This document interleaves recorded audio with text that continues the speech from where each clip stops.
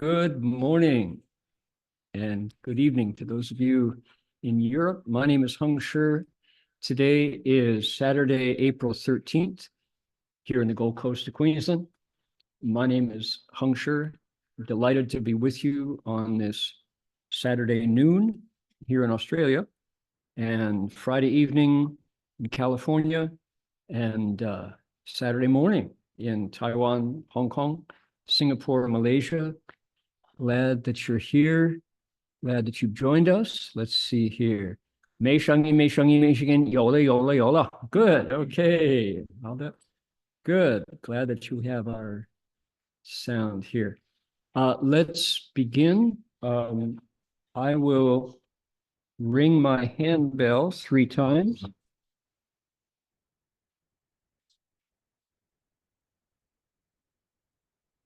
And people are welcome to join me in making 3 half bows to the Buddha. Just one moment while we get arranged here. Let me say while I'm setting up that if 如果大家愿意听普通话，就说国语的中文的翻译啊，我们有办法。你软体的控制板的右下角哪里就有 interpretation， 你们看到 interpretation 那个英文字 ，click 在那里就有 Chinese 出来了，中文，那你就可以听到我们这儿的发心的义工他的流利的普通话的翻译。Okay, anybody who would like a Chinese translation, it's available. Look at your lower right corner of your control panel on Zoom and you'll see interpretation and Chinese is there. If you would like a Vietnamese translation, we have you covered. We will provide that for you. Look into the chat box and you'll see the link for a Vietnamese translation. All righty. So now we're going to request Dharma here. First thing we're going to do is to ring the bell 3 times, turn on the original sound. And those of you who'd like to join me to bow, please do. Here we go.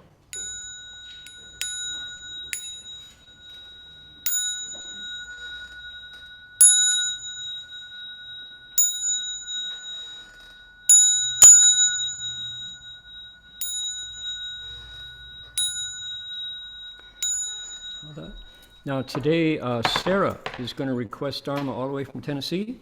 So Sarah, if you'd like to request Dharma, please go ahead and do it now.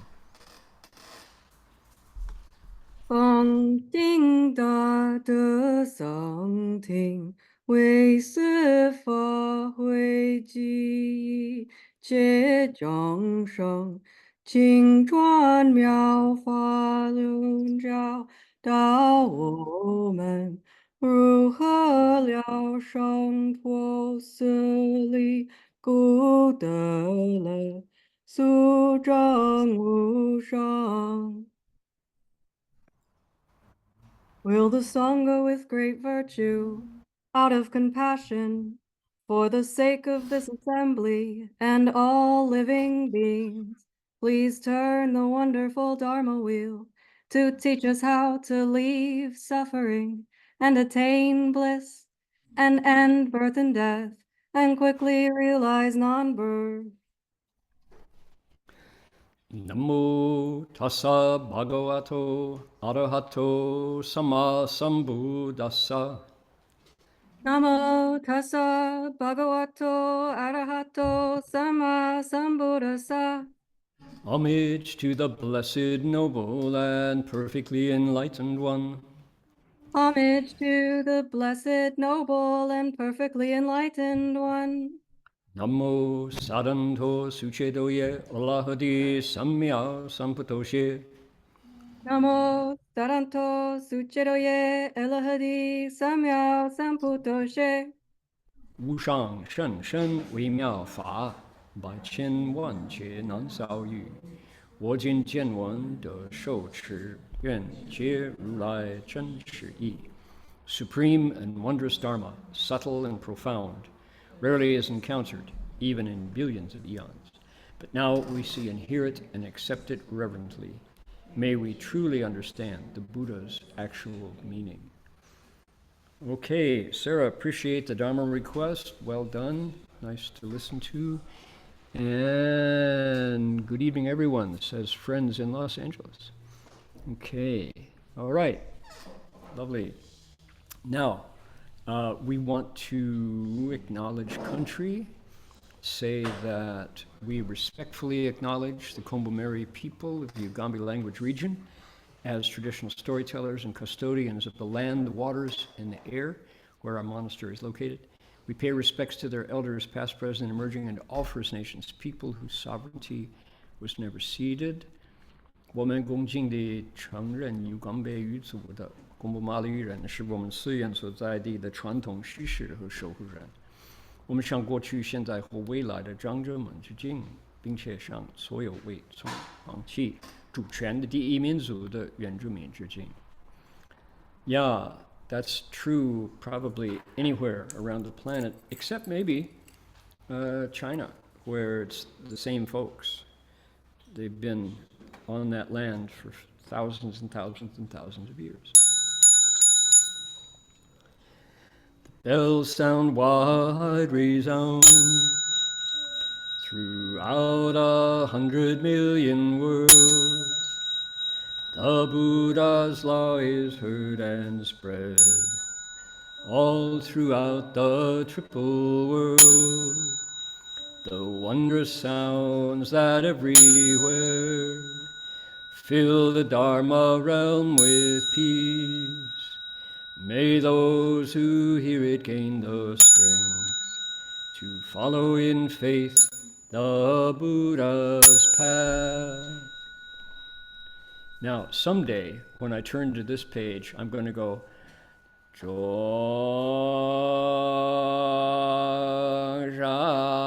but not today. Okay, so, 众生传3000劫内，佛法让万亿国中，共训其法界和平，利益报他那后的。Yes. Okay, by golly. Hey, today we've got quite a story. And by the way, look at my desktop. 5 points to anybody who knows where that is, the first person. Anybody recognize? Okay, one clue is this hole here. The other clue is that hole here where there are no Buddha images.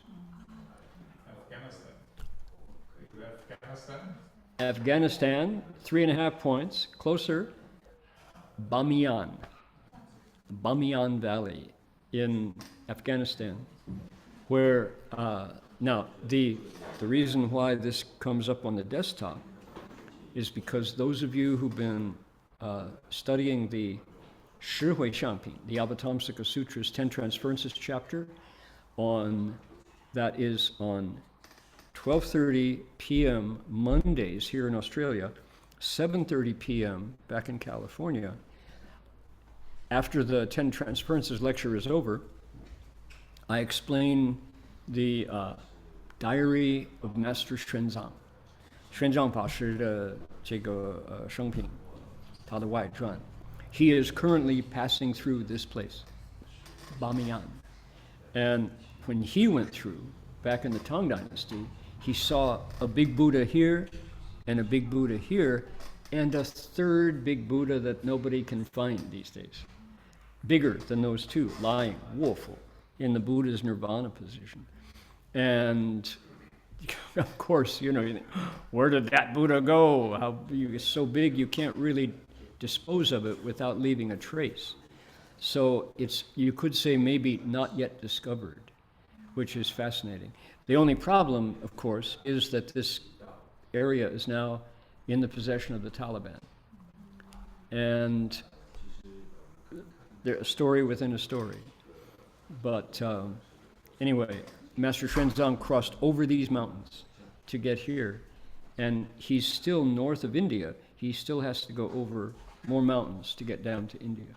So it's a fascinating point in his pilgrimage, and every week we go through 15 minutes of his diary, which is just fascinating. Let me give everybody more of a tease. Okay, let's take a little closer look here on how that goes. Since what are we doing? We're storytelling, aren't we? We're telling stories. Okay, right here. It goes like this. Let's see here. let's see here. Let's see here. Well, start at the top. 自赴河南行，与慧信法师相随，入阶直国，东南入大雪山，行600余里，出睹霍罗镜，入梵言那国。果东西而1000余里，在雪山中土路艰微，备遇灵气之地，宁运飞雪曾不暂迹，或风余甚之处，自平土数丈。After traveling for more than 600 li, they came out of the territory of Tukara and entered the country of Bamiyan. Bamiyan was 2,000 li from east to west, situated in the snow mountains. The roads are more dangerous and harder to travel than among the ice mountains or in the desert. Thick clouds and flying snow never ceased for a moment, and at worse places the snow accumulated for scores of feet. He says, let's see here, in Bamiyan, on the hill to the northeast of the royal city was an image made of stone 150 feet high. Right? To the east of the image stood a monastery. To the east of the monastery, a standing image of Shakyamuni Buddha made of bronze, 100 feet high. In the monastery was a recumbent image of the Buddha in a posture of entering nirvana, 1,000 feet in length. Okay? All these images are made in a stately and beautiful manner. So, what is he talking about? He's talking about here, right there. Let's see. Hold on. Date, modify, date, see, Bamiyan. Hold on. I've got a closer view here. Bamiyan.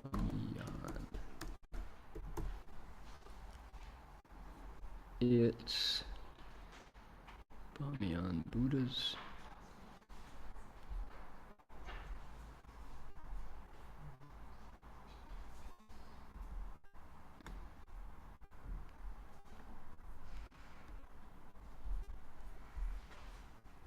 This is how it looks. How it looked before, how it looks now. With the Buddha. The Buddha has been destroyed, and we won't quite go into that right now because it's a longer story. But do come back, tune in again to, if you go, the way to listen is go to, let's see, I would hope that our SISOP, our fearless coordinator today, might provide before the end of today's lecture the links so that people who are unable to get to YouTube can find the Zoom link for the 10 transferences lecture. I don't have it at my fingertips, but maybe somebody can find that. All right, today's talk is right here. The context, let's read the story first, and I'll fill in the context as we go. Here we are, for those of us with old eyes. Master Xuanzang, Master Empty Cloud, two different pilgrims, two famous Chinese Buddhist pilgrims. Master Empty Cloud is 45 years old, which is 1/3 of his life, I might add. It's 1884. It is the 10th year of the Guangxu reign period. We can read together if you like. No need to put your palms together. This is not Buddhist. This is not sutra text. Here we go. Ready?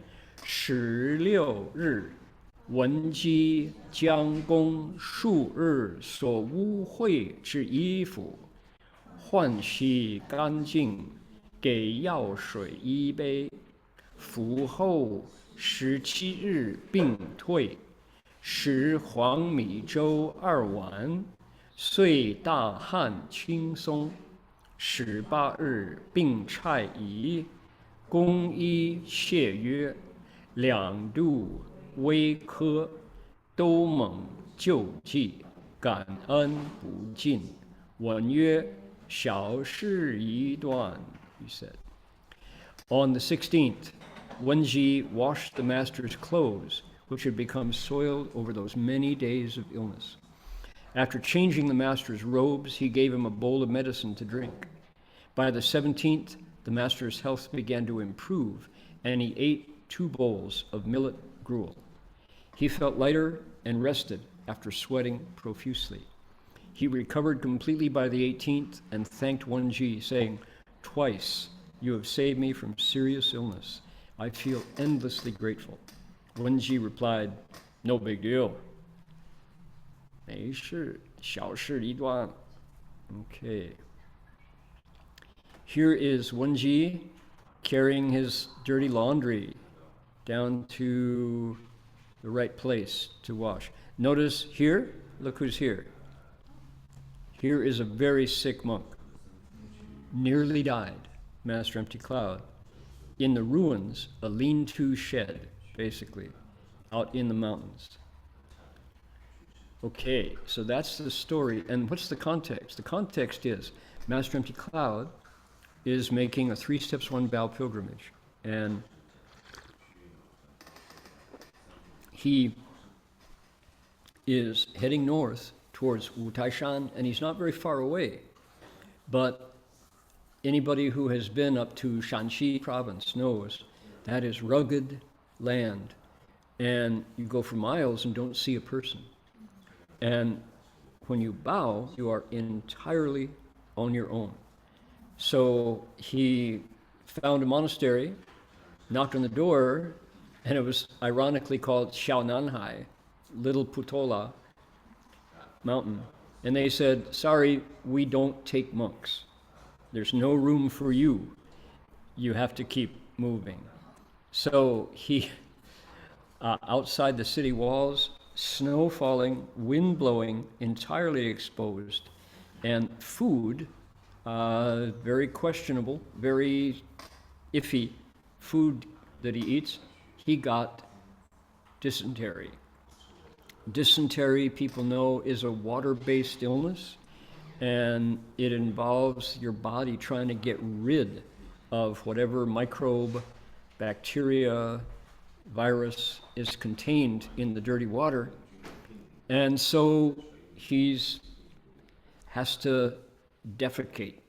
He has diarrhea, which means he's losing his bowels almost every hour. And it's also, I might add, accompanied by cramps. It really hurts because your body is just going, "Ooh, bad stuff. No, dump it, get rid of it. Get this out of me." So dysentery, sometimes it can involve vomiting as well. The danger is you die of dehydration because your body is just getting rid of every trace of this deadly bacteria in your body. So that's his situation, and he's out in a snowy field by himself. What do? The cure, if you catch it in time, curing dysentery is not difficult. You have to just replace the fluids and wait for the body to get rid of whatever was introduced. But it's quick. Dysentery kills children quickly because they just outgo all the fluids and you die. So that's his situation. And we witnessed a miracle last week, which is in the midst of the cold, Master Empty Cloud sees somebody over by the wall kindling a fire, and he says, Mr. Wenji, is that you?" And Wenji turns and says, "Oh, what a coincidence, you're here again. Hi, how you doing? Son of a gun." "Well, that's really funny, isn't it?" So then he hands him a cup of water, and instantly Master Empty Cloud feels restored. He's not healthy, but he's not going to die on that snowy field, snowy, craggy peak, right? So, who is it? Manjushri Bodhisattva once again shows up in the nick of time to save Empty Cloud's pilgrimage and his life and his vows and all of the merit of bowing for 3 years across China. So, there you go. Just amazing. And of course, Master Empty Cloud is like, it's not the end. He sees this connection with somebody whose name sounds suspiciously like Miao Qi Xiang Pusa, Wen Ji Wen Shu Shi Li. One word from each of his 2 names. So, how about that? That's the context. Okay, so miracle. And I might add, when you've got dysentery, often you don't make it to the toilet. So the smell and the discomfort of being in amidst your body's own waste is really, really unpleasant. So here's this beggar, in air quotes, right? The beggar who says, I'll wash your dirty clothes, give you clean clothes, I'll feed you, and you should be okay. So Master Empty Cloud goes, thank you. Monji says, don't thank me. He says, no worries, mate. It's all okay. It's all right. He says, ready? 丹分除秽涤凡尘，大智若愚密度人。药水服后尽黄米，周身大汗甘露淋。Wonderful, wonderful poetry. He purged the waste and cleaned the filth, washing away worldly traces. Great wisdom resembles foolishness as it quietly rescues people. After swallowing the medicine, the master could eat millet gruel. He sweated from every pore, a fine, sweet dew. As the body, with the help of the medicine, purged the illness. Okay, this line caught me. He says, 大智若愚, great wisdom resembles foolishness. Shifu would drop that phrase in every now and then when he was describing the behavior of sages in the world. Often, he said, the people with the greatest wisdom are not the fastest talkers. They're not smooth or slick. They often seem inarticulate, but every word counts. So great wisdom sometimes can appear to be at a loss for words, when in fact language is not what you need at that point. Mi du ren, in secret, crosses people over, takes people across. So here's a beggar. Here's a beggar, all right? This is, I guess, what beggars wear back in the Qing Dynasty or in China. He's got a hat made of probably a cabbage leaf or something. He looks a little bit like Qi Gong Hofo, right? Living Buddha, Qi Gong. He's probably got, straw sandals in the snow and all. So Wenji appears as a beggar, but you notice he has the medicine for dysentery. He's got fire starter. It's a snowy, cold landscape, and he can kindle a fire in the midst of the snow. And he happens to have a bowl and some yellow millet gruel.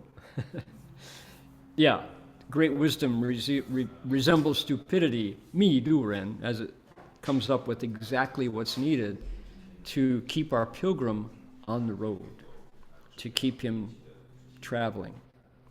Pretty amazing. And how does it happen? It's, what do they say? 预病下药，对机斗教. The teaching comes according to the potentials to hear it, and the true doctor has medicine for the illness. All right. Number 2, continued. Ready? Here we go. 公问文何来？曰：长安。何去？曰：五台。公曰：昔与病，父子同行。问曰：你去遂至此时，行路不远，不必拜一样。公曰：为报父母往疾恩，虽死不变。问曰：难得，愿替父行礼。公愿奉公。曰：顺便，勿尔。The master asked where Wenji had come from. Chang'an was the answer. Where are you going? Asked the master. Wu Taishan, came the answer. Unfortunately, I'm still sick, said the master. Otherwise, we could travel together. Wenji said, you've not come very far from last year till now. You don't have to keep bowing the way you're going. The master replied, I must repay the weighty debt of gratitude I owe my parents. My vows won't change, even if I die trying. Wenji said, somebody with your resolve is really rare. Let me carry your bags for you. The master said, I'll give you half of the bowing merit. Wenji replied, no need, I'll just follow you. Okay, now there's a lot in this encounter, and I looked at the Nianpu, I looked at the original, the source text for this, and for some reason, at this particular interchange, Master Empty Cloud wrote a lot. Ordinarily, his accounts are super terse. There's just a few words, and you have to kind of use your imagination to fill in the details. But in this case, we know that the process is Master Xuanhua, our Shifu, looking at the encounter and you say, not congealing, crystallizing the essence to put into this very brief space, and then doing it again into a poem. So in this case, there's a lot, and we're going to look at it in just a minute because the details are fascinating.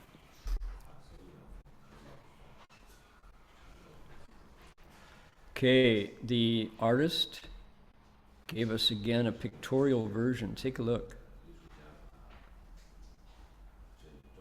You think 3 steps, 1 bow is easy? When you're bowing down the mountains or through the mountains, not easy. Much easier though if you got somebody carrying your bag. Here's Empty Cloud, who, mind you, has just been saved from death. How long does it take to rebuild after dysentery when you've emptied yourself? He probably lost 10 pounds in water weight over that week. But he's there bowing, and the poem goes like this. 欲报娶老李五台，一病再病度二灾。幸而妙极施甘露，死有复苏满愿怀。He wished to repay his parents' toil by bowing to Wutai Mountain. Serious illness afflicted him twice. Twice he was saved. How lucky that wonderfully auspicious gave him sweet dew, as if he died and come back to fulfill his vows. Okay, now, from a deeper perspective, let's step back a bit. This is the second time he almost died. And the second time he was saved in the mountains alone by this miraculous beggar. Of the 4 bodhisattvas that we're familiar with, everybody knows Guanyin Pusa. Most people know Dizang Pusa, Restored Bodhisattva. We hear of Manjushri Bodhisattva, and Puxian Pusa, Samantabhadra, is the least known. He's kind of the quiet Bodhisattva. Of course, there are others. There's great strength, bodhisattva, right? There's Sudanas. People say Shansai Tongzi could be considered a bodhisattva. If you read the Pumen Pin, there is Wu Jin Yi, infinite resolve bodhisattva. But of them, two appear regularly to interact with people still. Guanyin is, of course, famous for being responsive. Guanyin Pusa, to this day, comes to people who Namo Guan Shi Pusa, Namo Guanyin Pusa, Guanyin Pusa, Guanyin Pusa. If you remember to recite Guanyin's name, her vows include 1,000 hands, 1,000 eyes, 1,000 ears to respond to those in need. So we say, Shun Sheng Jiuku, Guan Shiyin, Guanyin Bodhisattva, who responds to our cries and shows up in the nick of time to save us. Now, it's less known that Wanshu Pusa, Manjushri Bodhisattva, has from before the Han Dynasty, before the Christian era, right, before the time of Jesus, the Chinese have been recording stories of Manjushri Bodhisattva showing up to save those who are sincere in their cultivation. Rarely do we have stories as detailed as Wenji the beggar coming to save Master Empty Cloud. This is an example of Wenshu Da Shi Yingling, right? What do they say? Yingling, Manjushri Bodhisattva's incredible responsiveness to save the day at just the right time. All right, let's take a look now. We've got, not that, hold on. Right here. Now, I've only got the Chinese for this, so I'm going to have to translate for the English speakers as I go, with your help. I'm going to ask those of you on the call who are listening in to pitch in when I get it wrong here. Okay, what did we hear? We heard Manjushri said, no big deal, it's okay. Wen, question, where'd you come from? He said, Chang'an. We knew that because why? In the first encounter, that's where he was going. He was coming from Wutai, heading towards Chang'an. Now this time he says, oh, I've been in Chang'an, I'm going back to Wutai. Where are you going? Hui Wutai, going back to Wutai Shan. So I said, this is Empty Cloud's journal, he says, 可惜我在病，又是拜行，不能追随先生. He says, wow, I'd really like to go with you, but I'm bowing. So we'll have to part here. Manjushri, or the beggar, said, 看你从去年到今, you know, it looks to me like from last year till now, 拜路不多, you really haven't covered much ground. You haven't come very far, have you? 9年能到, who knows when you'll make it, he says. 你身体又不好. Furthermore, you're sick. Your health is not good. 绝难进行. It's going to be just way too much for you to continue. 不必定拜. You don't have to keep bowing like this. 朝理也是一样的. You know, it'd be probably, you just don't need to do what you've been doing. Okay? What is this? Shifu would say, 一切是考验, 看儿怎么办? 对面若不是, 须在从头练. Everything's a test to see what you will do. Mistaking what's before your face, you'll have to start anew. This is called a test for Manjushri, for Master Empty Cloud, from Manjushri Bodhisattva. He says, you don't have to keep bowing. It's okay. You're sick. You got a perfectly good excuse to stop your bowing, he says. All right? What do you suppose? This is where Shifu didn't record the details. This is what I want everybody to see here. So, Master Empty Cloud said, 先生美意可感. He says, I really appreciate your kind thoughts on my behalf. 但我出世不见母亲. However, when I have never been able to see my mother's face my whole life. I was never able to see my mother's face. 母为生我而死. My mother died in order to give birth to me. 父仅得我一子. My father only had a single son, me. 我竟被父而逃. And you know what I did? I turned my back on him and ran away. This is the first time we've ever heard him admit this in these terms, right? 父因我而辞官. My father, because of me, had to quit his job, his official post. And that's the first time we've heard that too. 而祖寿. And 遥天往极.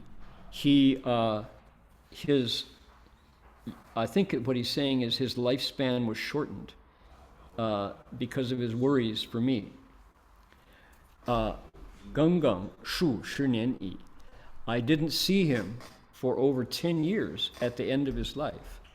特此发愿朝山. For these reasons, I've decided to make my pilgrimage. Okay, let's take a break here. So we knew that Master Empty Cloud mentioned his mother every time. And I might add, this is the second time that Manjushri has told him, stop. Don't do this thing that you're doing. He always said, well, my mother. First time, he said his father. And when at the beginning of our story, the beginning of the whole life story of Master Empty Cloud, his interaction with his dad was a big part of it. Empty Cloud, as a young boy, before he became a monk, wanted to cultivate. He loved nature. He loved big questions, looking at the sky and thinking how small I feel, how big the sky is. The universe is huge. What's my role in it? Dad said, your role is to replace me, to carry on the family name, to become a great exemplar of the Shao family, to become an official, follow in my footsteps. It's obvious. Duh, that's what you're supposed to do. And the kid said, I don't want to do that. He had a cousin who was his age, who was his companion. The two of them escaped. They went out into the world to cultivate the way. Dad sent strong men to bring him back. Dad sent bodyguards to grab him, prevent them escaping, and they found him and brought him back. So the dad said, okay, well, you know what? You're going to get married. Time for you to get married. So he gave him 2 wives. One so that to save her reputation, and one who was his proper wife. So here's the young man with, what kind of situation would this be for almost any young man, having 2 wives and the future position of the promise of a good life, because dad was already serving in an official role. So what did the dad do? He said, oh, my son likes bigger questions. I'll find him a Taoist teacher and teach him how to follow the Tao. And the son read the materials, heard the teachings, and said, that's not it. That's not the ultimate path. I want the ultimate path. So he gave up on his Taoist teacher and ran away again. Pulled him back, got him married. He said to his 2 wives, I'm not going to be your husband. We're going to stay spiritual friends. Because why? I'm going to leave home. He told them. They made a pact. He said, you're officially married. You're happily involved in my family. You're secure. Your future is secured. I'm out of here. And he ran away again and left home. Dad was shattered because how do you explain a son like this who's got other things in mind other than what 95% of the young men in the world would consider a great deal? I gave him a beautiful future wrapped in a ribbon. He turned his back and ran away.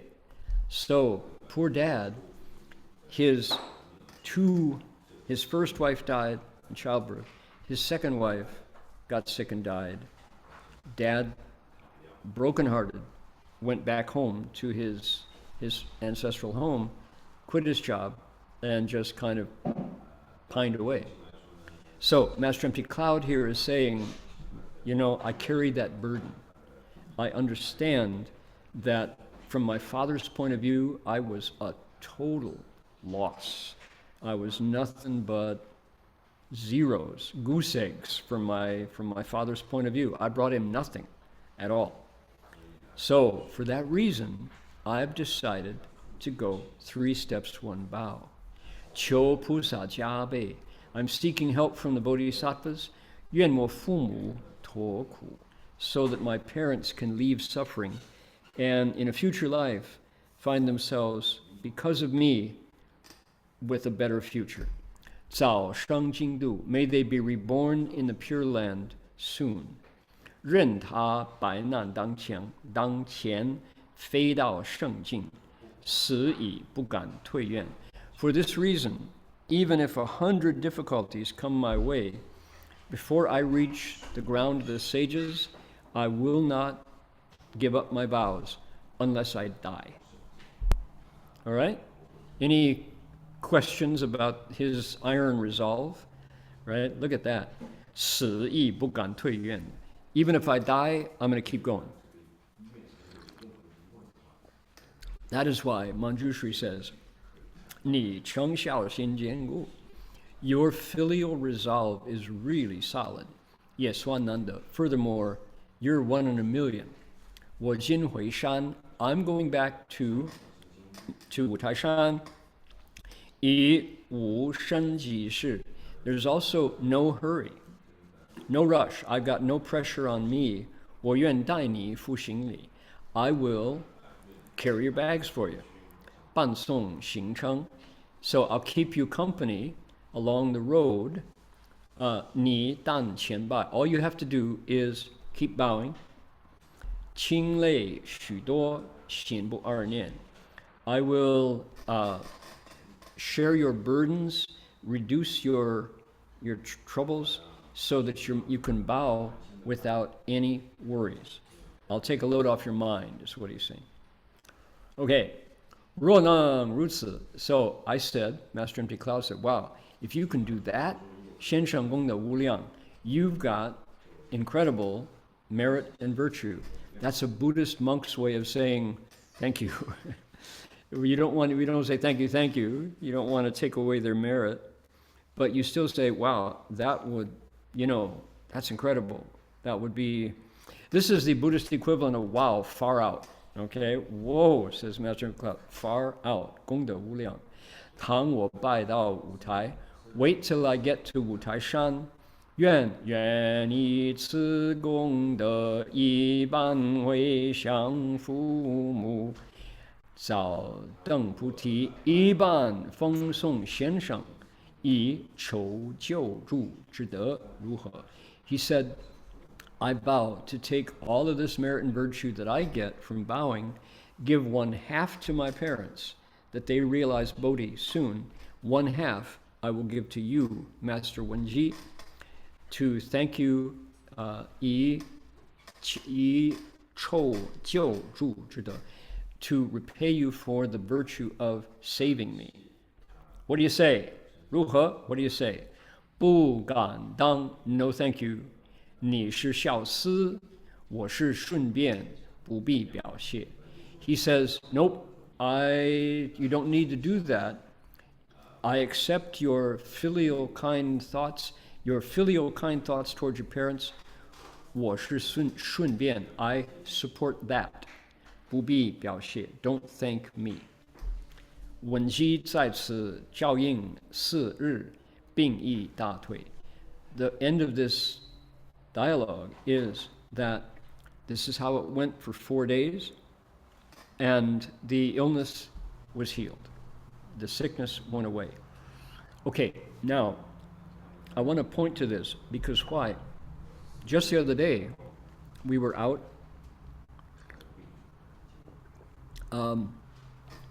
having lunch with some lay people, and one of our Dharma protectors said to me, how does transference work? How does it work? That do you give merit to everybody, or do you give merit to individuals? Can you do both? How do you do transference? And here's an example right here. Master Empty Cloud is bowing from the start to the end to repay his parents. So he is taking, and how does it work? If you saw Master Xuyun, Master Empty Cloud, bowing by wherever you are sitting right now, everybody listening, we got 108 friends online now. We have 20-some friends here in the library with me. If you looked out the window and saw Master Empty Cloud bowing by, you would be very impressed by the physicality of it. He takes 3 steps and puts his body down on the ground, head, knees, hands, feet, elbows. Then he stands up, takes 3 more steps, bows down to the ground. He may have covered a number of feet in those 6 steps and 2 bows. And if you watch, he slowly, in this way, progresses across the landscape. And then you have to look out the window and turn your head to see him, because why? He's down the road. And if you come back in an hour, he's way down the road. He's in 1 hour, he's traveled another number of steps, another number of bows. It's a very slow but a very steady physical process. And he's got a mark on his forehead called a bowing bump, and his hands are made of leather because he's constantly putting them down on rock and dirt and vegetation and whatever is on the ground. And his clothes are dusty and dirty, and he is as much made of dirt as he is made of flesh and bone, because he's putting his body prostrate on the earth over and over and over and over and over. And you'd say, boy, that's hard work. That's why bowing pilgrimages generate gongda, merit and virtue. This is the measure in Buddhism by which you measure the results of cultivation. So it's hard work, and anybody who's done pilgrimage in this way, or those of you who have done 10,000 Buddhas repentance, or the 1,000 Buddhas repentance, or anybody who has even done Basha Bafo, Da Chan Hui Wan, the 88 Buddhas repentance in 1 Ke, knows what it's like to bow to the ground over and over. This is one of our primary ways of worship in the Mahayana, primary ways of practice. And what I'm describing is only the outside. What's going on inside is almost even harder. Because why? The ego resists. The big me who fights to survive in a competitive world doesn't like to be made smaller. And boy, oh boy, when your head is at the level of shoe tops, everybody else's shoes, it's hard to hold on to the big me. The big me in the middle, most important one in the whole world is me, which we've been told by our mom since we were born. We've been told by our grades and our grade card.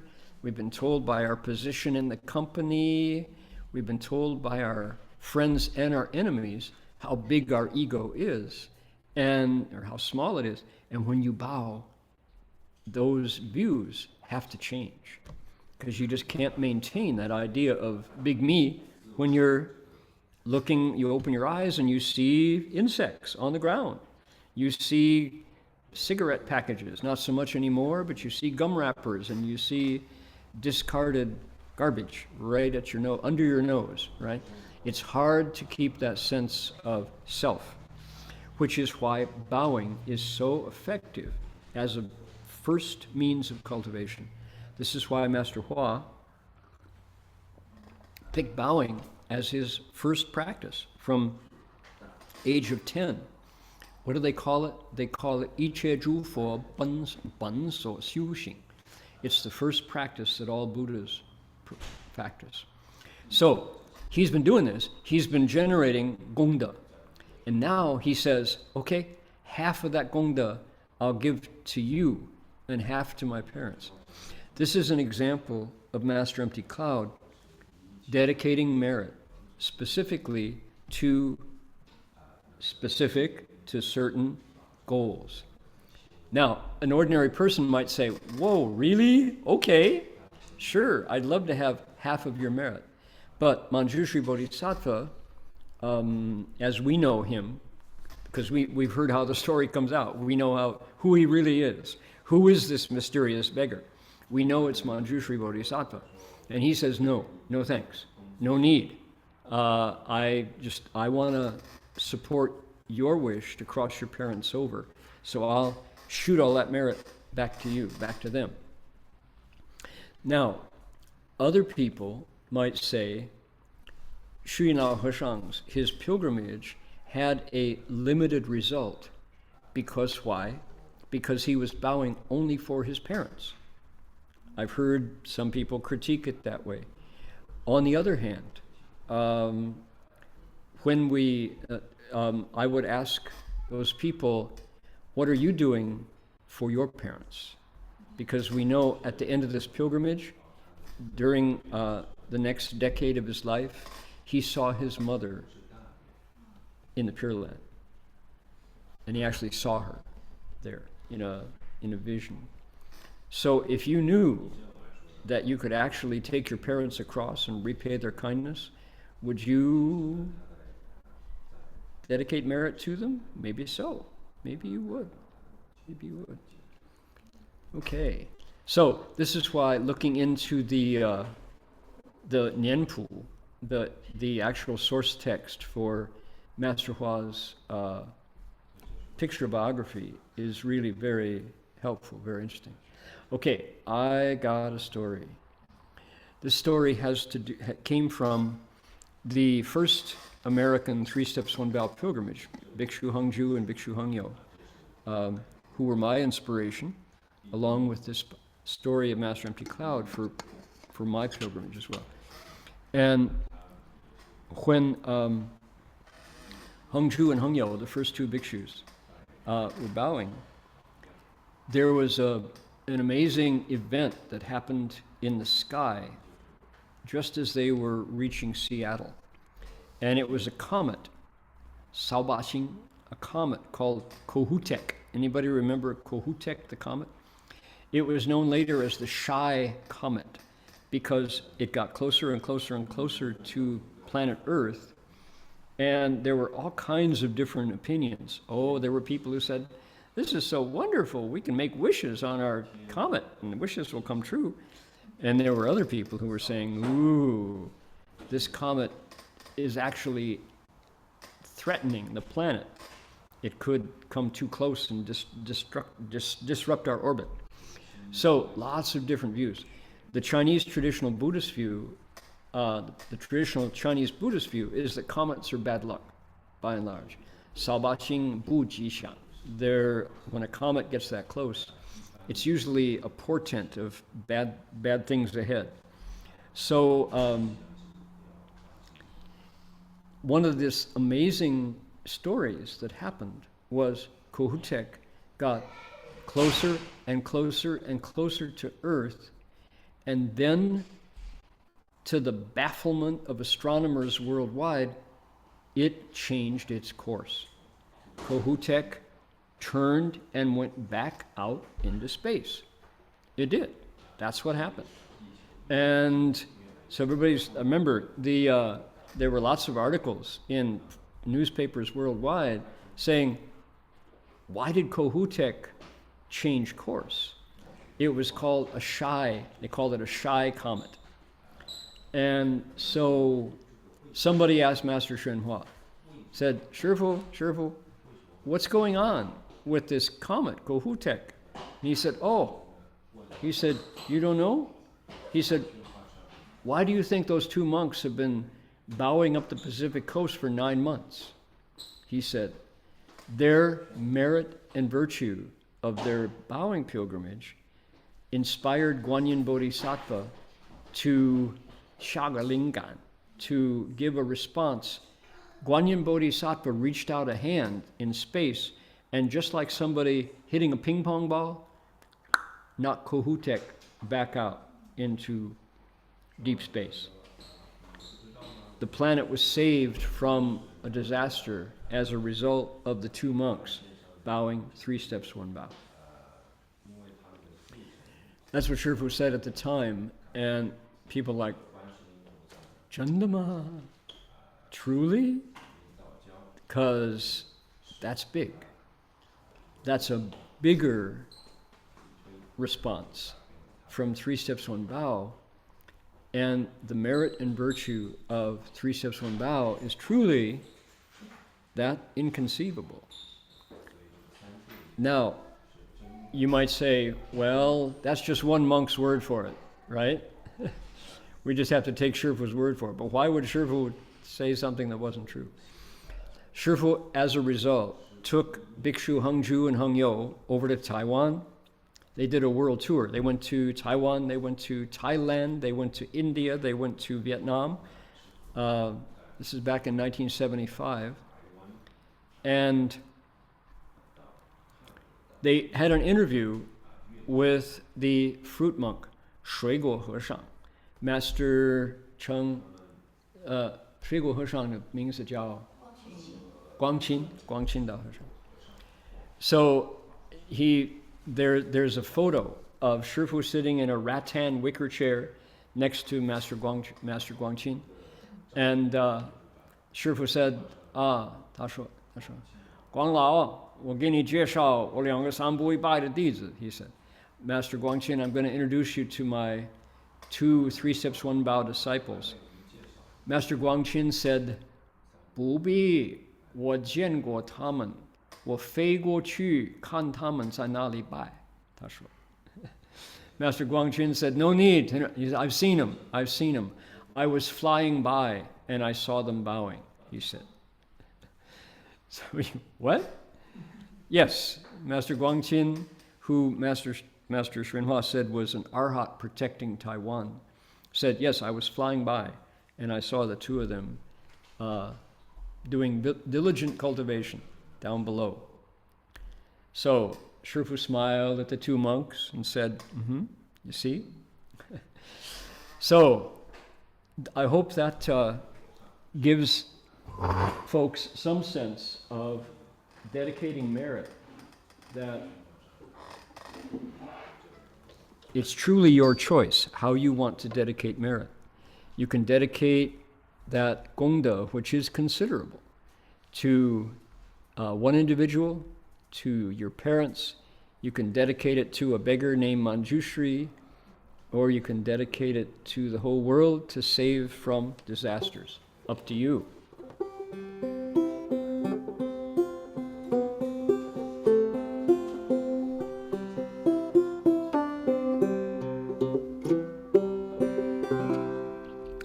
Let's dedicate merit. Let's do it right now.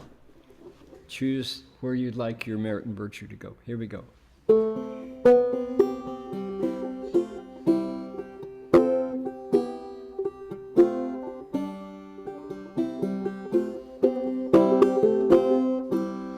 May every living being, our minds as one and radiant with light, share the fruits of peace with hearts of goodness, luminous and bright. If people hear and see how hands and hearts can find in giving unity, may our minds away to great compassion, wisdom, and to joy. May kindness find reward. May all who sorrow leave their grief and pain. May this boundless light dispel the darkness of our endless night. Because our hearts are one, this world of pain turns into paradise. May all become compassionate and wise.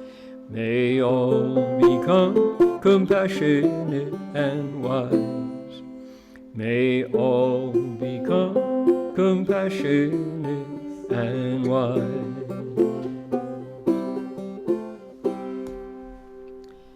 And then to finish up for today, we will bow to the Buddhas. You're welcome to join. Please do.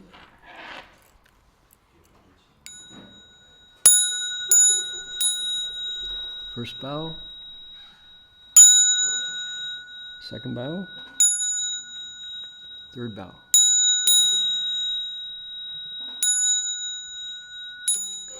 Bow in respect to the Venerable Master.